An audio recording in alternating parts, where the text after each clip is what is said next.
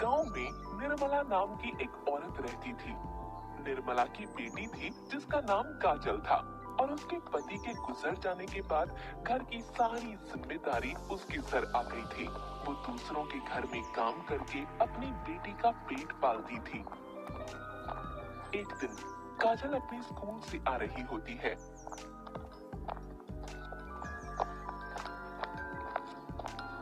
क्या हुआ बेटी, तू इतनी जल्दी स्कूल से कैसे आ गई? तेरी तबीयत तो ठीक है ना? माँ, मुझे स्कूल से निकाल दिया है। आपने 3 महीनों से मेरी स्कूल की फीस नहीं दी।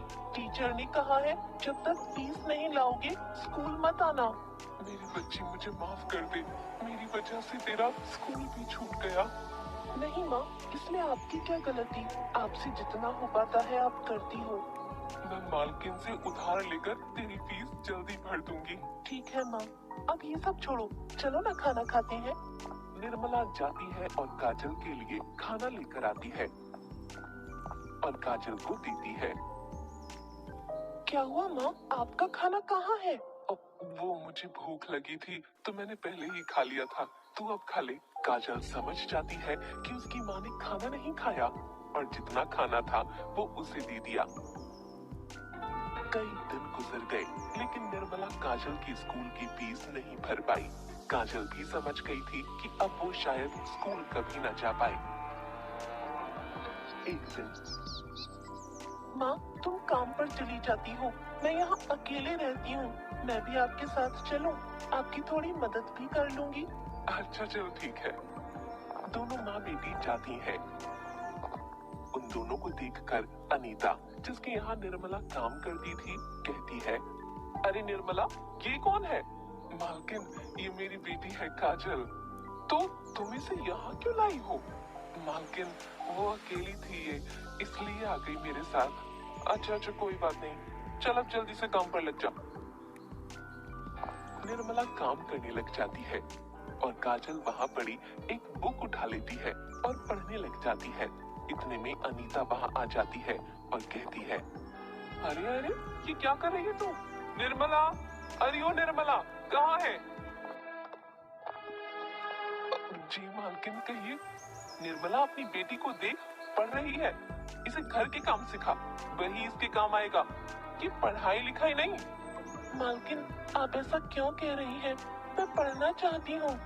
एक नौकरानी की बेटी होकर तू पढ़ाई करेगी? जाकर काम कर। निर्मला चुपचाप काम करने लगती है लेकिन उसे अनीता की बातों का बहुत बुरा लगता है। वो काम करके घर पहुंचती है और माँ लक्ष्मी के सामने जाकर रोने लगती है। माँ, मैंने ऐसी क्या गलती कर दी जिसकी सजा मेरी बेटी को मिल रही है? मैंने अपने पूरे जीवन में कभी किसी के साथ कुछ गलत नहीं किया, किसी के साथ कोई छल नहीं किया, फिर भी मैं अपनी बेटी को अच्छे से पढ़ा नहीं पा रही, उसे ढंग से 2 वक्त का खाना नहीं दे पा रही।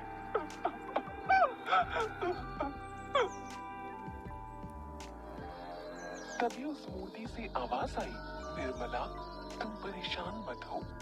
मनुष्य को जीवन में अनेक कठिनाइयों का सामना करना पड़ता है, लेकिन आज तुम्हारी सारी परेशानियों का अंत हो जाएगा। तभी एक बहुत तेज रोशनी में एक जादुई अंगूठी सामने आ जाती है। माँ, मैं इस अंगूठी का क्या करूंगी? ये कोई साधारण अंगूठी नहीं है, ये एक जादुई अंगूठी है। इस अंगूठी से जो चीज तुम चाहोगे वो तुरंत मिल जाएगी। बस इस अंगूठी को घुमाना और मुझे याद करना। हाँ, धन्यवाद माँ, धन्यवाद।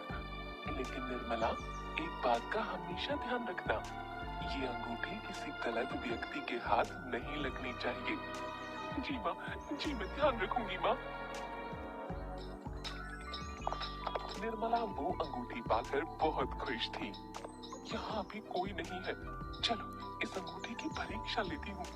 निर्मला अंगूठी को घुमाती है और माँ लक्ष्मी का ध्यान करते हुए अच्छे खाने की कामना करती है। वैसे ही एक टेबल पर लजीज खाना आ जाता है। वो और उसकी बेटी पेट भर कर खाना खाते हैं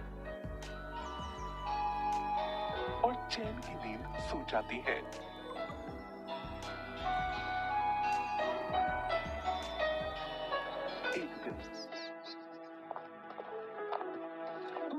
आप इस अंगूठी की मदद से मेरी फीस भर दो ना। हाँ मेरी बच्ची, मैं अभी इस अंगूठी की मदद से तुम्हारी फीस का इंतजाम करती हूँ। निर्मला फिर माँ लक्ष्मी का ध्यान करती है, अंगूठी को घुमाती है और पैसों की कामना करती है और उसे पैसे मिल जाते हैं और वो उन पैसों से काजल की फीस भर देती है। उस अंगूठी की मदद से निर्मला ने वो सब हासिल कर लिया जो उसे चाहिए था। इसके साथ ही उसने अपने लिए बहुत सारी गाय खरीदी जिनका दूध निकालकर वो बेचने लगी।